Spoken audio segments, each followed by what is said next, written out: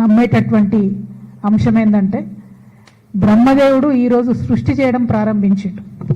అందుకనే ప్రతి సంవత్సరం కూడా ఒక మంచి పనిని ఆరంభిస్తాం. ఈ సంవత్సరాన్ని ఆరంభిస్తున్నాం కాబట్టి దాన్ని ఆదిగా, ఆ సంవత్సరానికి ఆదిగా మొదలుగా ఉగాదిగా, ఆనాడు యుగం ప్రారంభించినప్పుడు బ్రహ్మదేవుడు ఎట్లా చేసిండో ఈ సంవత్సరానికి ఇది మొదటి రోజు కాబట్టి దీన్ని మనము తప్పకుండా గౌరవించాలి, సెలబ్రేట్ చేసుకోవాలి అని ప్రతి సంవత్సరం కూడా చేసుకొని మన తెలుగు వాళ్ళందరం కూడా ఒక కొత్త సంవత్సరంగా దీన్ని సెలబ్రేట్ చేసుకుంటాం. అయితే మరి ఏం చేయాలి, కొత్త సంవత్సరంలో ఏం జరగాలి అనేటటువంటి అనుభవం కూడా ఈ పండుగలు, ఈ సెలబ్రేషన్లో తెలియాలని మన పెద్దవాళ్ళందరూ కూడా అనుకున్నారు. ఒకటేమో ప్రపంచవ్యాప్తంగా ఎవరికి జ్ఞానం లేనప్పుడు, అసలు కాలాన్ని ఎట్లా కొలవాలి అనే కన్ఫ్యూజన్ ఉన్నప్పుడు ప్రపంచవ్యాప్తంగా 2-3 సంస్కృతులు మాత్రమే మంచిగా పెరిగినాయి. అందులో మన భారతదేశంలో వర్ధిల్లినటువంటి సంస్కృతి కూడా అప్పుడే పెరిగింది. అంటే కాలం అనంతం, కాలాన్ని లెక్కబెట్టడం కష్టం, కానీ కాలాన్ని డిఫైన్ చేసి గ్రహాలు తిరిగేటటువంటి దాంతోని కాలాన్ని జత చేసి దాన్ని లెక్క పెట్టడం మొదలుపెట్టింది మాత్రం మన సనాతన ధర్మమే. మన సంస్కృతికి ఉన్న గొప్పదనాన్ని దయచేసి అందరం కూడా ఈ ఉగాది నాడు ప్రత్యేకించి తెలుసుకోవాలి. ఎందుకంటే ప్రతి సందర్భంగా చూస్తుంటాం మనం, సంవత్సరము దానికి ఒక పేరు, దానిలో పద్ధతి, ప్రతి నెల దానికి ఒక పేరు. మరి ఇలా వసంత ఋతువు వచ్చింది, చైత్రమాసం వచ్చింది, శుక్లపక్షం అంటే చంద్రుడు పెరుగుతున్నటువంటి పక్షంలో ఇవాళ పాడ్యమి నాడు మనం ఈ పండుగ చేసుకుంటాం ప్రతి సందర్భం. మరి ఈ జరుగుతున్నటువంటి అన్ని అంశాలను ఎందుకు పదే పదే గుర్తు చేసుకోవాలంటే జీవితం మనకు రకరకాల అనుభవాలు ఇస్తుంటుంది. ఆ అనుభవాలన్నీ వాళ్ళ ఉగాది పచ్చడి రూపంలో మనం టేస్ట్ చేస్తాం. అది చేదు కావచ్చు, తీపి కావచ్చు, కారం కావచ్చు, ఉప్పు కావచ్చు. ఒక్కొక్కరు తిట్టినప్పుడు అనిపిస్తుంది కదా మనకు, మన కేంద్రపై పుండు మీద కారం చల్లుతున్నట్టున్నాడని అనిపించినా సరే అవన్నిటిని కూడా మనం అనుభవించాలి. అవన్నిటిని కూడా ఈరోజు ఎక్స్పీరియన్స్ చేస్తే సంవత్సర కాలం కూడా వాటిని మనం ధైర్యంగా ఫేస్ చేయగలుగుతామనే ఉద్దేశంతో ఉగాది పచ్చడి చేయడం. మళ్ళీ దాంట్లో సైంటిఫిక్గా ఇప్పుడిప్పుడే సీజన్లో కొత్తగా వచ్చేటటువంటి మామిడి పండు కావచ్చు, చింతపండు కావచ్చు, ఒగరు కోసం మనం వేసేటటువంటి కొన్ని దగ్గరనేమో ఓమ వేస్తారు, కొన్ని దగ్గరనేమో మిరియాలు వేస్తారు. రకరకాలు వేసినా కూడా ఓవరాల్ అన్ని టేస్ట్లు కలిపి మనకు చూపించాలనే ఉద్దేశంతో ఇవాళ ప్రారంభమవుతుంది ఈ పండుగ. సో ఈ ఉగాది నాడు మన తెలంగాణలో ఉన్న అందరం కూడా చాలా సర్వులం, ప్రతి ఒక్కరం కూడా మంచిగా ఉండాలని చెప్పి, అందరి జీవితాల్లో వెలుగు నిండాలని చెప్పి మనస్ఫూర్తిగా కోరుకుంటున్నాను. మరి అందరి జీవితాల్లో వెలుగు నిండాలి అంటే, అందరి జీవితంలో సూర్యోదయం కావాలంటే సర్వోదయ తెలంగాణ రావాలని చెప్పి నేను మనస్ఫూర్తిగా నమ్ముతూ ఈ ఉగాది సాక్షిగా మన తెలంగాణ జాగృతి కార్యకర్తల నాయకులందరం కూడా ప్రతి ఒక్కరి జీవితం బాగుండాలని పనిచేయాలి. ఇవాళ మీకు కొంత ఫిలసాఫికల్గా అనిపించినా నేను చెప్పక తప్పదు, చెప్తా. ఎందుకోసం అంటే తెలంగాణలో ఉన్నటువంటి మనం, జాగృతిలో ఉన్నటువంటి మనం ఒక కంకణం కట్టుకొని బయలుదేరాలి. ఇవాళ మనం మన కోసం పనిచేసుకుంటాం, మన ఇంటి కోసం పనిచేసుకుంటాం. దాంతోపాటు జాగృతి నుండి అదనంగా మనం సమాజాని కోసం పనిచేస్తామని బయలుదేరినాం. ఆ పనిచేస్తామని బయలుదేరినటువంటి క్రమంలో ముందు మనం బాగుండాలి. మనకు ఖచ్చితంగా ఒక నైతికత ఉండాలి. మనకు ఖచ్చితంగా కొన్ని నిబంధనలతో కూడినటువంటి నైతికపరమైన జీవితాన్ని మనం లీడ్ చేస్తుండాలి. లీడ్ చేసుకుంటూ దాన్ని పక్కోళ్ళ కోసం పనిచేయడానికి సమయం కేటాయించుకుంటూ ముందుకెళ్ళాలి. మనమే బాగాలేమనుకో, మనమే చెప్పింది ఆచరిస్తలేమనుకో, ఇంకేం చెప్తాం? మనం సమాజం పట్ల ఎట్లా నిబద్ధతతో ఉంటాం. కాబట్టి ఖచ్చితంగా సత్యమేవ జయతే అని ఇలా మనం అంటున్నాం. తెల్లారులేసి మనం అబద్ధాలు ఆడుకుంటూ పోయినాం అనుకో, దాని అర్థం ఉండదు కదా. మనం పేదవాడికి సేవ చేయాలనుకుంటున్నాం, కానీ మనం ₹1 దానం చేయలేదనుకో, దానికి అర్థం ఉండదు కదా.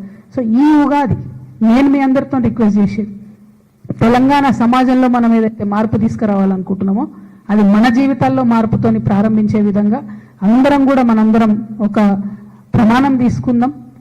తెలంగాణ బిడ్డలకు సేవ చేయాలనుకోవడంలో ముందు మనము, మన ఇల్లు, మన పిల్లల్ని కూడా చూసుకుంటూ, మన క్యారెక్టర్ని మనం ఎప్పటికప్పుడు సరి చేసుకుంటూ మన తెలంగాణ సమాజాన్ని కూడా ముందుకు తీసుకెళ్ళాలి. ఎందుకంటే మన తెలంగాణ సమాజం మామూలు సమాజంగా, పక్కవాడి కోసం ప్రాణం బలిపెట్టేటటువంటి సమాజం, పక్కవాడి కోసం త్యాగం చేసేటటువంటి సమాజం.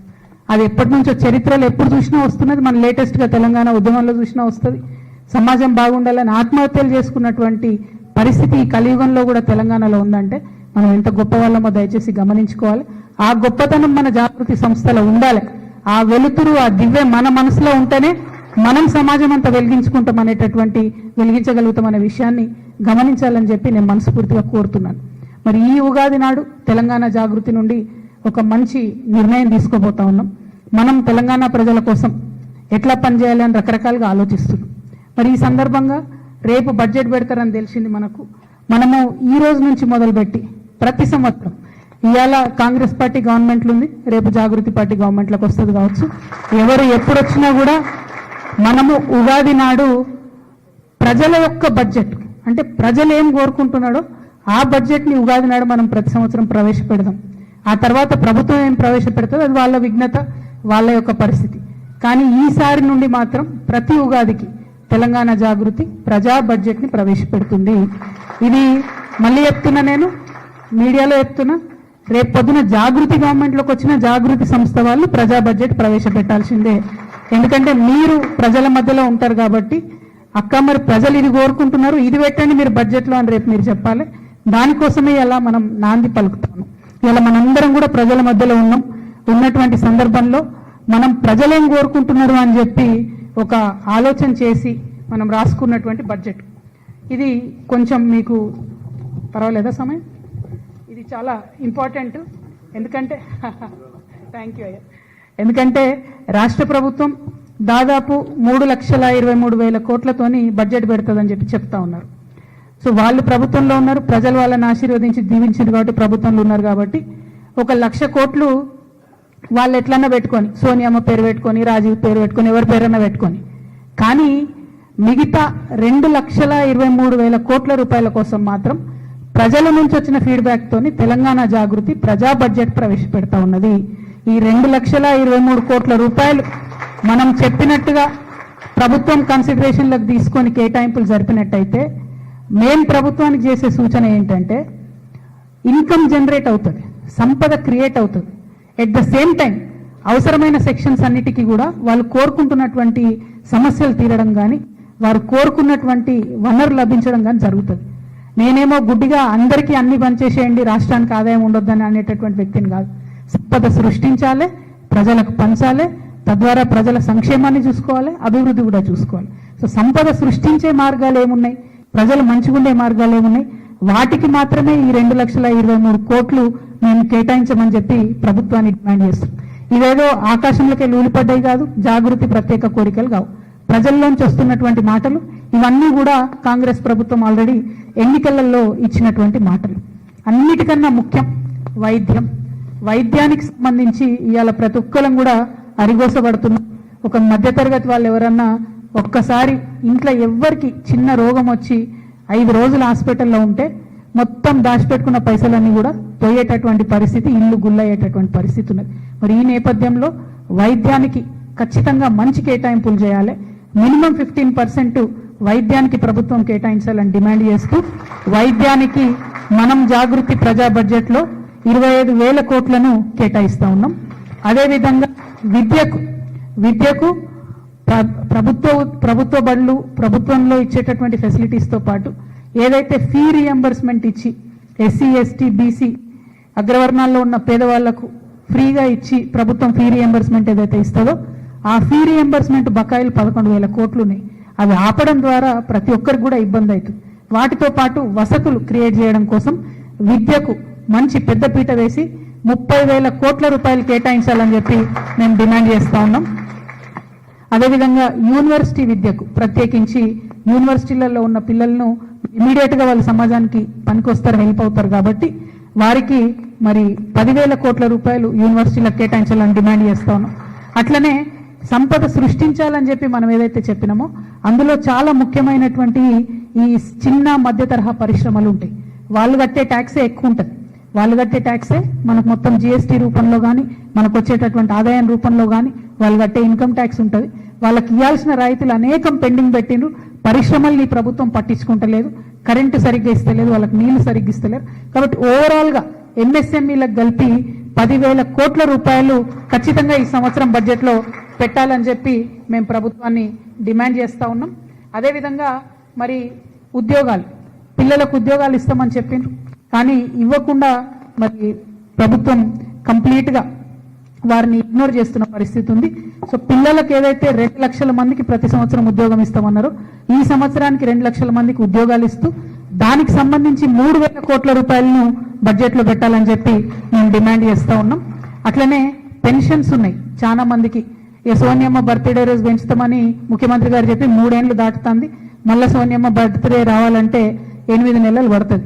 ఆ లోపల ఆల్రెడీ అవ్వాతాతలు పెన్షన్ల కోసం ఎదురు చూస్తున్నారు. పెన్షన్ పెంచుతారని చెప్పి ఆడబిడ్డలు ఎదురు చూస్తున్నారు, మరి వికలాంగులు ఎదురు చూస్తున్నారు. అన్ని రకాల వర్గాలు కూడా పెన్షన్లు రాకుండా ఇబ్బంది పడుతున్నారు. కాబట్టి మీరు పెంచాల్సిన పెన్షన్కి 25,000 కోట్ల రూపాయలు తెలంగాణ జాగృతి ప్రజా బడ్జెట్లో ప్రతిపాదిస్తున్నది. అదేవిధంగా ప్రతి గ్రామంలో ఉన్నటువంటి కళాకారులు, ఒగ్గుడోలు కళాకారులు కావచ్చు, తెలంగాణ సాంప్రదాయ కళాకారులు కావచ్చు, వారి పక్షాన జాగృతి పోరాటం చేస్తున్నది.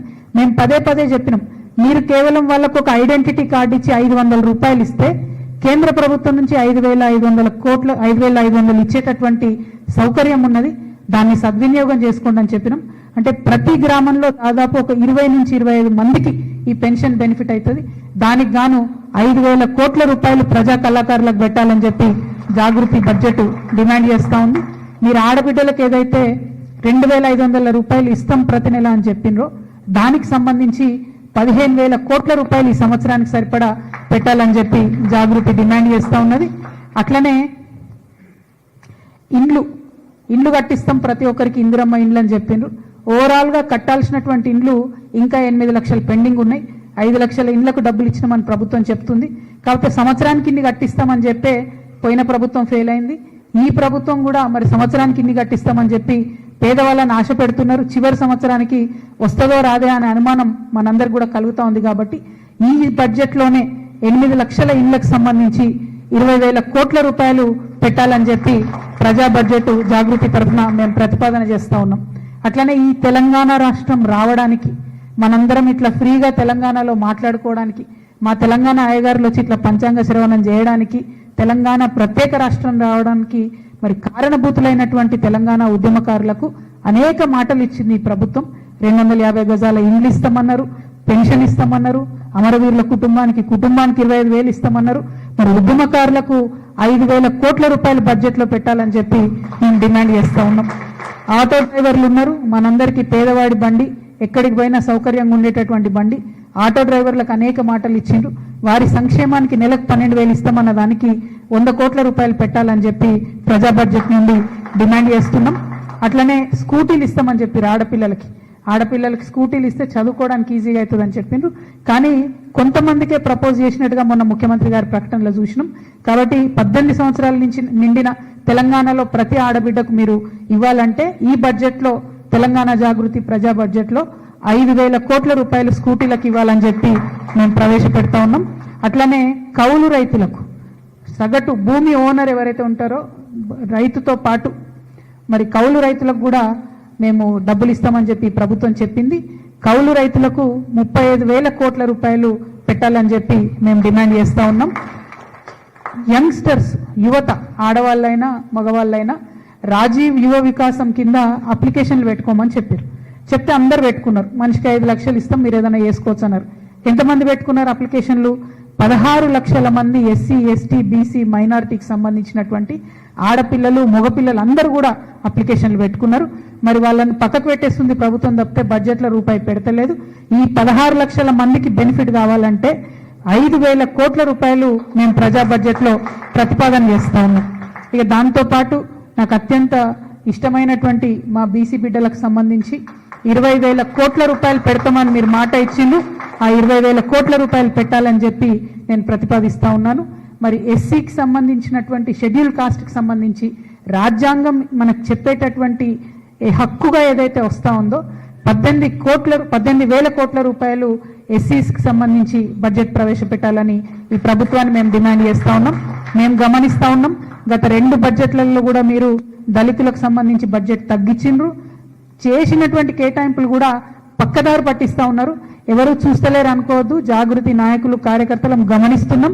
మీ విషయాన్ని ప్రతి ఊర్లో కూడా ఎండగడతామని చెప్పి ఈ సందర్భంగా ప్రభుత్వాన్ని హెచ్చరిక చేస్తూ ఈ బడ్జెట్లో 18,000 కోట్ల రూపాయలను ఎస్సీస్కి సంబంధించి బడ్జెట్ పెట్టాలని డిమాండ్ చేస్తున్నాం.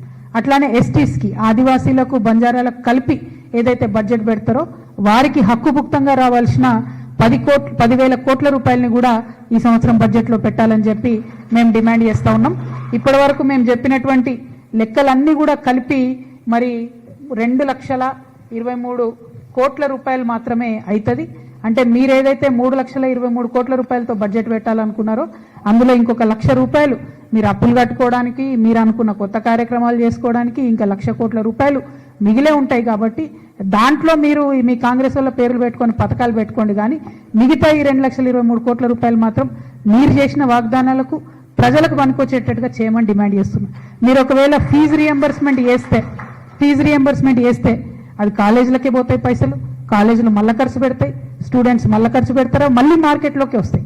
బడ్జెట్ పెట్టేటప్పుడు ఎకనామిస్టులు ఏం చెప్తారంటే ఆ కరెన్సీ రొటేషన్ అంటే వెలాసిటీ ఆఫ్ కరెన్సీ అనేది అయితే ఉంటుందో ఒక దగ్గర ఆగద్దన్నట్టు, పైసా తిరుగుతూ ఉంటేనే సమాజంలో సంపద సృష్టి అవుతుంది. కాబట్టి ఇప్పుడు నేను చెప్పిన ప్రతి ఒక్కటి కూడా మళ్ళీ మీకు సంపద ఇచ్చేదే, మళ్ళీ మీకు ట్యాక్స్ ఇచ్చేదే, మళ్ళీ మీకు జిఎస్టీ ఇచ్చేటటువంటి రంగాలకే మేము ప్రాతినిధ్యం వేస్తూ మరి చెప్పడం జరిగింది. తులం బంగారానికి సంబంధించి, షాదీ ముబారక్ సంబంధించి మీరు ఇస్తే పెళ్లికే ఖర్చు పెట్టుకుంటారు తప్పితే ఇంట్లో ఏం పెట్టుకోరు. కాబట్టి వాటికి డబ్బులు అట్లా అన్ని సెక్టర్స్ మీరు ఇగ్నోర్ చేయకుండా బడ్జెట్ ప్రవేశపెట్టాలని చెప్పి నేను ఈ ప్రభుత్వాన్ని కోరుతా ఉన్నాను. అదేవిధంగా మరి అయ్యగారులు ఇప్పటివరకు మనకు ఆశీర్వాదం ఇచ్చారు. బ్రాహ్మణ పరిషత్ను కూడా మీరు ఇగ్నోర్ చేయకుండా తప్పకుండా 1,000 కోట్ల రూపాయలు బ్రాహ్మణుల వెల్ఫేర్ కోసం కూడా పెట్టాలి. వాళ్ళ ఆశీర్వాదం ఉంటే మనందరం కూడా బాగుంటాం. అదేవిధంగా చాలా మంది మొన్నటి నుంచి ఎప్పుడైతే ఈ సంవత్సరం పేరు పరాభవ నామ సంవత్సరం ఉన్నదో అందరూ కూడా వాట్సాప్లలో ఈసారి చాలా మందికి అవమానం అయిపోతుందని రకరకాలుగా చెప్తున్నారు. అవన్నీ పటాపంచలు చేసే విధంగా మీరు నిజంగా ఇలా తెలుగు ప్రజలందరికీ, తెలంగాణ కాదు తెలుగు ప్రజలందరికీ కూడా మీరు ఒక విశ్వాసాన్ని ఇచ్చిరాయి గారు. పరా అంటే అమ్మవారు, భవ అంటే శివుడు, శివుడు అమ్మవారు కలిసి ఉండే సంవత్సరం ఇది. కాబట్టి మనకు ఎదురు లేదని చెప్పి మాకు ధైర్యాన్ని నింపినందుకు మీకు మరి ధన్యవాదాలు తెలియజేస్తూ ఈ పరాభవ నామ సంవత్సరం అంటే పా అంటే పలుకుబడి, రా అంటే రాబడి, భా అంటే భవిష్యత్తు, వా అంటే వర్ధిల్లాలి తెలంగాణ ప్రజలందరికీ అని కూడా నేను తెలంగాణ జాగృతి తరఫున మరి కోరుతూ ఎప్పుడైనా కాలమాన వాస్తు శాస్త్రాలను ఫాలో అవుతూ పని చేస్తే విజయం సాధిస్తాం. కాలానికి అనుగుణంగా నడుచుకున్న వాడే బాగుంటాడు. మన భారతదేశంలో కూడా అందరూ అదే చెప్తారు, టైం బాగాలేదురా అంటే ఇంట్లో కూర్చోసప్పుడే అని చెప్తారు, టైం బాగుందంటే పని చేయాలని అర్థం.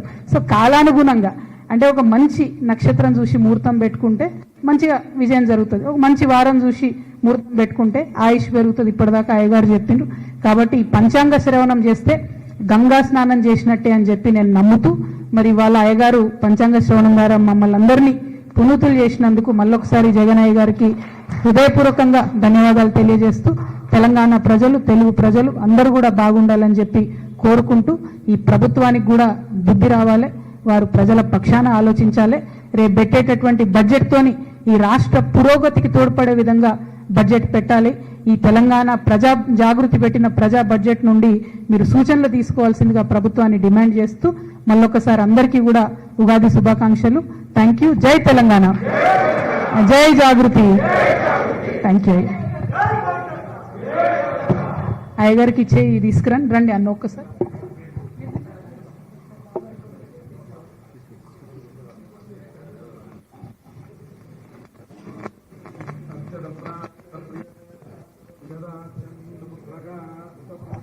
మన ఛానల్